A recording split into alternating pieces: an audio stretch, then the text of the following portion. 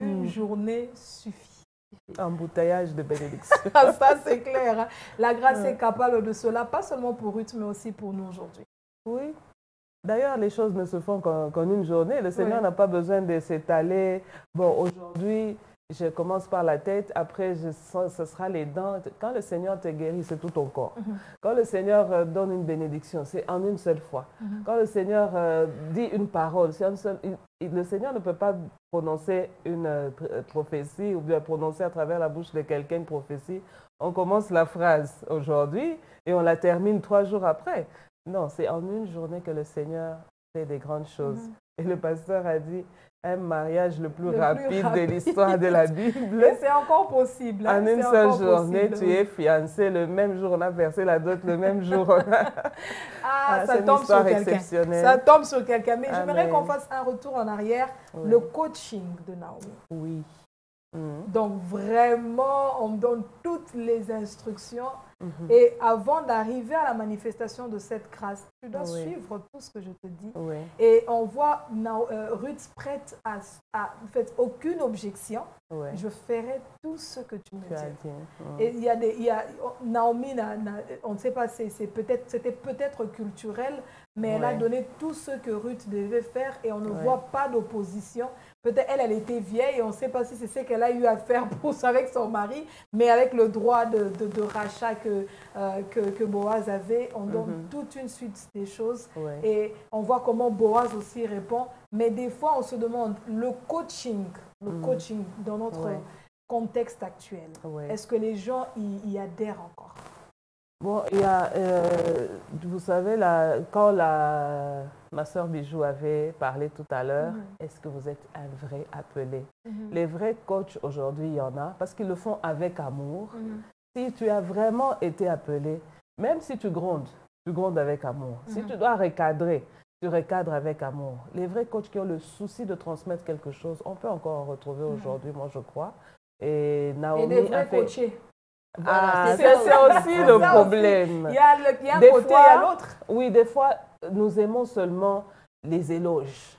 On te dit, même quand tu vas mal, on te dit, tu es sur la bonne voie. Non, quand on te gronde, accepte aussi que, non, là, on est en train de me recadrer. C'est ce que l'homme refuse. L'homme n'aime pas qu'on lui dise, non, là, tu as mal fait, essaie de faire tous ces efforts, j'ai beaucoup transpiré, mais maintenant, on me dit que j'ai mal fait. Non, nous devons accepter. Les coachs, il y en a. C'est vrai qu'il y a des gens qui n'aiment même pas reconnaître la grâce que vous avez, mais les vrais coachs, il y en a. Et ceux qui doivent accepter aussi le coaching, ils doivent l'accepter. Il n'y a pas que des roses. Il y a des hauts et des bas, surtout dans le ministère. Des hauts et des bas dans ce que nous... Il y a des jours où tu pleures. Dis, Seigneur, qu'est-ce que j'ai encore fait? Mais le Seigneur a placé cette personne-là que tu vas remercier plus tard. Il est en train vraiment de mettre de ton côté, le Seigneur est en train de te tailler à travers cette personne-là. Mais il y en a malheureusement qui refusent. Mais aussi des coachs qui n'apprécient jamais. Dès qu'il y a son appel, tu sais déjà qu'on t'appelle pour te gronder. Mais en fait, moi, moi, je ne pense pas que ça soit vraiment un problème. Comme vous dites, il y a des coachs qui n'apprécient jamais. Avant l'émission, j'étais en train de vous parler de mon oncle. C'était pas, quand on était enfant, on se disait que c'est pas un homme facile. Il était difficile à gérer. Pourquoi? Parce que même quand tu voulais sortir, tu dis, je vais aller voir. Et c'est un membre de la famille que tu vas voir. Donc, c'est sa sœur que tu vas voir. Je vais voir la tante, il te demande si tu as fini de lire toute la Bible. Et quand tu lui dis, non, je n'ai pas lu la Bible, elle va lire la Bible. Tu vas aller la visiter. Pourquoi? Tant que tu n'as pas fini de lire la Bible. Alors, on était enfants, on rentrait dans la chambre. D'abord, tu es fâché, tu es énervé. Finalement, tu n'as rien à faire. Tu prends quand même ta Bible, tu commences à la lire. Et ça t'aide. Voilà. Et aujourd'hui... Je me rappelle quand je me suis retrouvée en juin au campus, je ne savais pas quoi faire, mais j'avais la prière. Et cette prière, je l'avais appris dans sa maison. C'était compliqué pour moi. J'ai cherché d'abord une église, j'ai commencé à prier. Et au fait, c'est pour dire à quelqu'un que ce n'est que plus tard qu'on se rend compte de l'importance de la personne que le Seigneur a placée à côté de nous comme coach. Des fois, ce n'est pas facile, mais quand il t'appelle, il te gronde, mais l'objectif, c'est quoi? Comme hier, la sœur Pamela était en train de dire, qu'est-ce que j'ai fait qui n'arrange pas cette personne? Et lorsque je découvre la chose qui n'arrange pas mon coach, je commence à travailler pour ça, les choses vont se calmer. Voilà. Les problèmes avec nous, c'est qu'aujourd'hui, on veut que tout se fasse selon nous. C'est ça la difficulté. Moi j'aime quand on me parle et que ça soit calme. Alors quand maman Émilie, c'est ma coach, elle vient, elle gronde, je change carrément de coach, je vais chez la sœur Dieu parce qu'elle me parle calmement. Mais si le Seigneur nous connaît tellement bien que par moment, il nous donne des personnes qui crient sur nous parce qu'il sait que nous, c'est avec les cris que ça va changer. Et aussi des personnes qui donnent des meilleurs résultats quand ils sont sous stress ou sous pression. Quand vraiment quelqu'un est en train de vous pousser et vous donner les résultats, ça vous emmène toujours à aller au-delà de vous-même. Mais aussi, moi, j'aimerais qu'on revienne à l'aspect que Ruth s'est comportée comme une enfant. Je vois nos enfants à la maison, les grandes, c'est pas pour autant que l'enfant se fâche contre toi pour toute une journée et puis il t'appelle pas. Au même moment, tu grondes, au même moment, il revient. Tu dis, mais cet enfant d'abord, l'enfant, tu le chasses, mais il revient. Oui, parce qu'il est innocent. Il sait que ton amour est inconditionnel. Il sait que tu ne lui veux pas du mal. À moins que ça aille vraiment à l'extrême pour certains cas de violence, peut-être sur enfant. Mais vraiment, les enfants, on voit que c'est facile qu'ils passent à autre chose. C'est très facile. Mais en grandissant, surtout quand on grandit dans le ministère, on commence à croire que je n'ai plus besoin qu'on me mette une pression pareille. Je suis déjà devenue indépendante. J'ai 20 ans dans les choses de Dieu. Je n'ai pas besoin que quelqu'un soit encore sur moi en train de me gronder. Il peut quand même me parler. Avec beaucoup de respect. Voilà. Parce que moi aussi, j'entends les Saints-Esprits. Moi aussi, j'entends les Saints-Esprits. Moi aussi, j'ai déjà encadré des gens. Vraiment. Surtout quand vous avez aussi des gens souvent de responsabilité. À un moment donné, mais moi aussi quand même, chez les mamans, il y a aussi des mamans qui m'écoutent. Comment moi, je vais aller chez maman pasteur encore, elle me grande. Donc, c'est tout ça. Hier, le pasteur a dit, si vous gardez la ligne, hein, bon, je paraphrase, si vous gardez la ligne, donc vous n'avez pas de problème.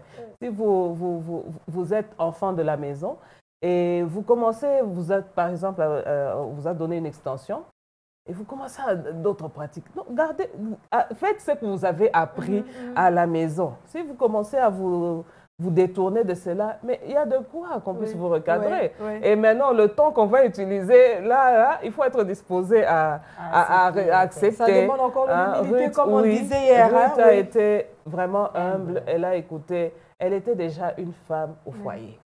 Donc, elle pouvait se dire, moi aussi, j'ai déjà géré une maison.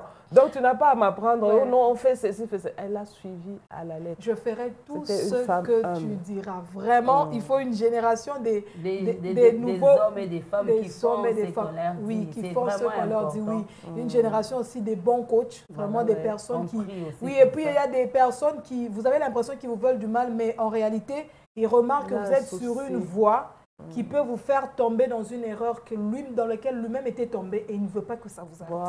Voilà, parce qu'en tout cas, les parents, quand on regarde, on se dit, de ce côté, si je sais que mes parents avaient raté ici, je dois être dur envers toi pour que tu ne rates pas. Il y a certaines personnes, comme vous le dites, il y a des coachs qui ne vous diront pas, et comme vous dites, il sait que lui, il était tombé là. Il n'a pas besoin de te dire, ne prends pas cette route parce que moi, je t'ai tombé. Il te dit seulement, ne pars pas. Mais aujourd'hui, on a des enfants comme ça qui te disent, tu dois me donner la raison. Tant que tu ne me donnes pas la raison, je ne fais pas. C'est ça. Pourquoi tu veux ça? Elle pouvait dire à Naomi, pourquoi tu veux que j'aille seulement à ses pieds?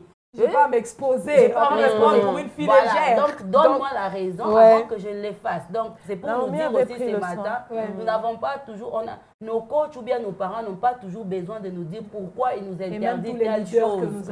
Voilà, quand ils te disent ne fais pas, ne pose pas simplement la question, mais toi, commence d'abord par obéir.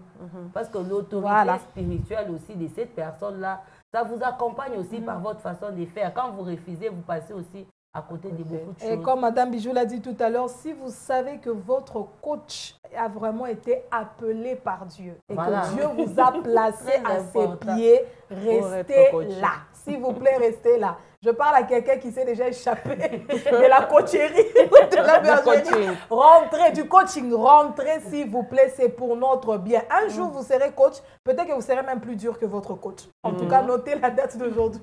On se posera encore les questions dans l'avenir. Très belle histoire, en tout cas, Ruth nous enseigne beaucoup. Ruth et Naomi, je ferai tout ce que tu diras. Est-ce qu'il y a encore des enfants de Dieu aujourd'hui qui peuvent dire alors, pasteur, je crois que tu es un homme de Dieu, tu es placé au-dessus de moi et je ferai tout ce que tu diras. Et même dans les autres domaines de la vie, alors que Dieu nous accorde vraiment sa grâce.